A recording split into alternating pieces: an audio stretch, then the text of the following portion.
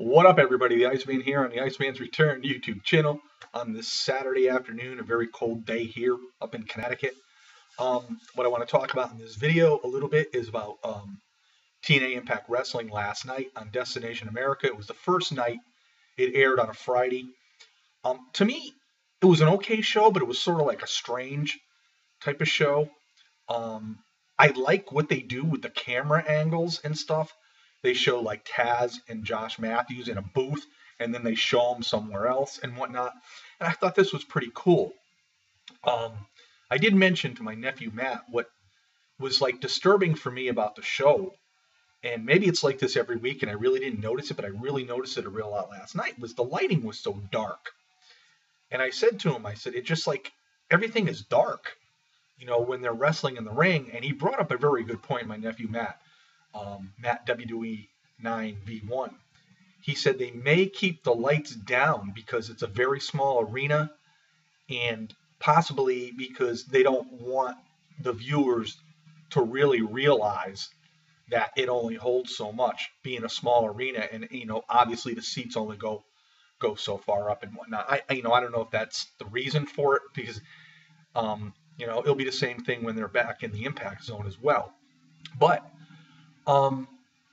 it wasn't a bad show.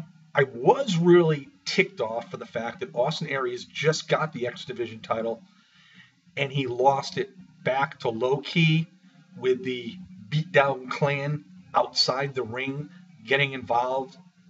And I just don't want to see the constant swapping of the belts. It sort of reminds me of the Intercontinental title in the WWE, what they've been doing as of late with Ziggler and Luke Harper and now Bad News Barrett and whatnot. So anyhow, I was a little upset that Aries got beat. And the other thing too is you have the Revolution stable. You have like 4 or 5 guys there. They're all heels. And now you have the Beatdown Clan, which you have like 3 or 4 or 5 guys there, which are all heels. So now you have 2 stables that are heels.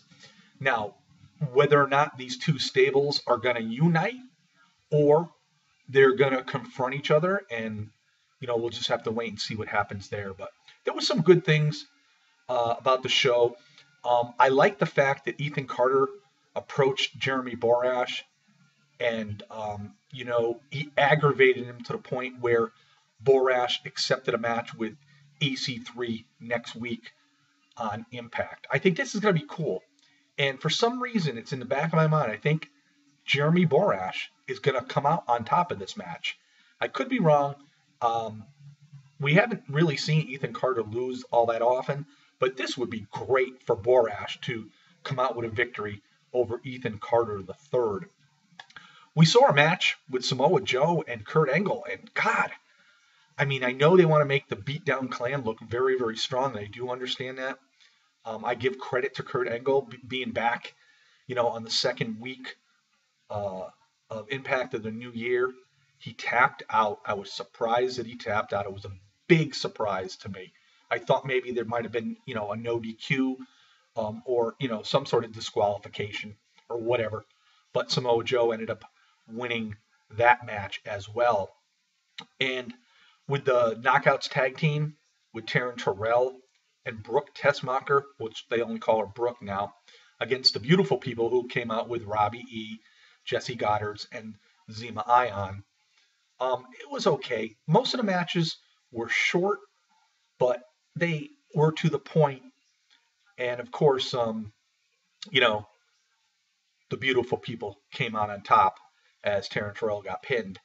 And then the lights go black. It goes dark. Awesome Kong and Havoc. I cannot wait for this matchup. This is going to be awesome. I'm glad to see Awesome Kong back in TNA.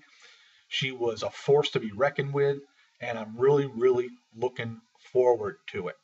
And another thing they're coming back with next week, which I love, is the Feast or Fired briefcases. I love this because somebody will get an X Division title shot, someone will get a world title shot, someone will get a tag team title shot, and somebody will get fired. So I'm really, really looking forward to this as well. We also saw Eric Young and Bobby Roode in a match where, again, all the faces pretty much got hammered. It was a heel night for TNA, and again, the interference with the Beatdown Clan and whatnot, and in the very end, Eric Young gave Rude a pile driver on a steel chair and got the victory. We also saw last night Bobby Lashley come out. The Beatdown Clan, had their confrontation with Lashley. Lashley wants no part of them and whatnot. And this is what I was hoping for. I wanted to see Bobby Lashley turn babyface, and obviously he has. But the Beatdown Clan didn't like this fact that he wants nothing to do with them. And of course, they are true to their name. They beat down Bobby Lashley, left him, laying in the ring, and they took Lashley's TNA World Heavyweight belt. So MVP and company has that belt.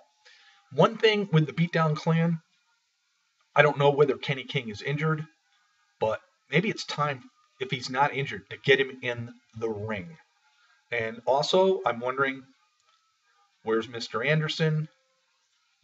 Is Samuel Shaw still signed with the company? Is Knox still signed with the company? One has to wonder. And last but not least, the Wolves and the Hardys had a number one contenders match for Revolution's tag team title belts. And it came down to a double twist of fate by Jeff and Matt Hardy. And they ended up winning that match. So look forward to seeing a match against Revolution very, very soon. All in all, the show was good, but it was just sort of strange. It was a heel night.